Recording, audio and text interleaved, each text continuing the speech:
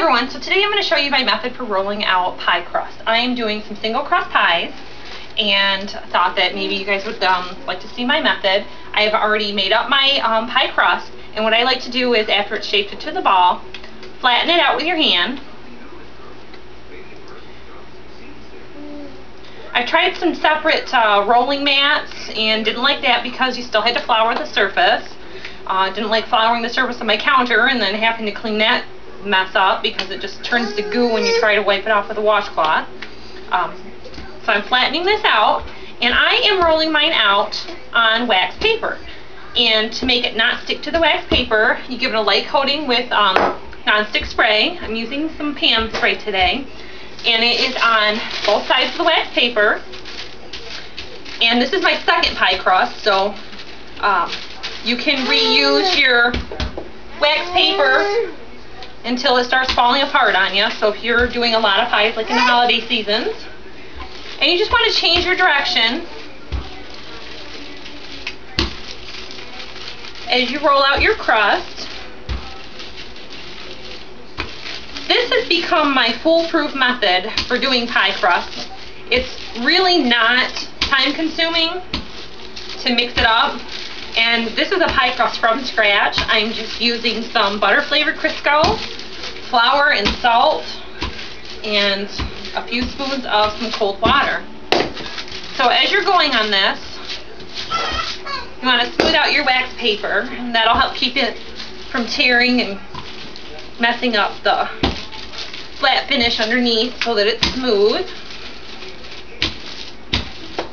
Now when you get it to about your 8 or 9 inch in diameter, you're going to want to check your pie crust. I'm using a deep dish pie plate today, so you want to make sure that it goes beyond the diameter of your pie plate and allow for space for it to fill in for the depth of the pie pan also. On a regular pie plate, you want about 1 inch beyond the diameter. I don't have ghosts in my movies. Can you guys hold the other door for a little bit?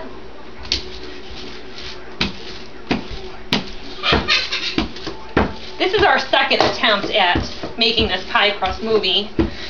We had an audience of a 2-year-old, a 4-year-old, and a camera attacking 11-month-old. So I figured with all the noise that one would just be scrapped. Okay, so I think we're at about the diameter we're going to want. Looks pretty good. I'm looking for about 1 inch beyond the rim of the pie plate. Now this is pulling off really easy without any crust sticking to the top because of that Pam spray. And any store brand or whatever you like is fine. And you're just going to lay your pie crust on your wax paper on top of the pie plate and pull it away slowly.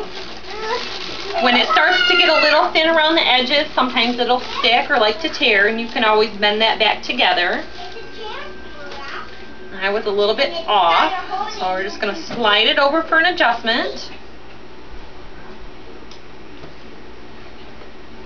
And then you can either turn your edges under or over. I like to turn mine over. Take a little bit of cool water along that edge, and that's going to help those layers stick together after you've done it.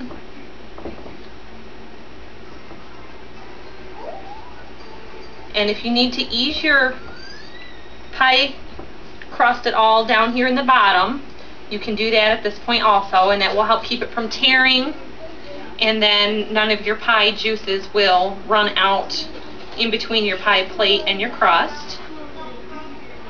I'll be done in a little bit, okay? I'm just hungry. I'll take care of that in just a minute. So, of course, as usual in a house with a family, the kitchen is turned upside down.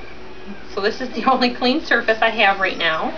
The boys are asking for food, so we'll take care of that. Now all I'm doing is just turning this over on the edge so that I have a little bit of crust. And you can do this as fancy or as simple as you like.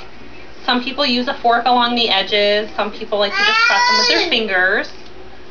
I'm really just kind of folding mine over, and then I get that kind of pressed rope look.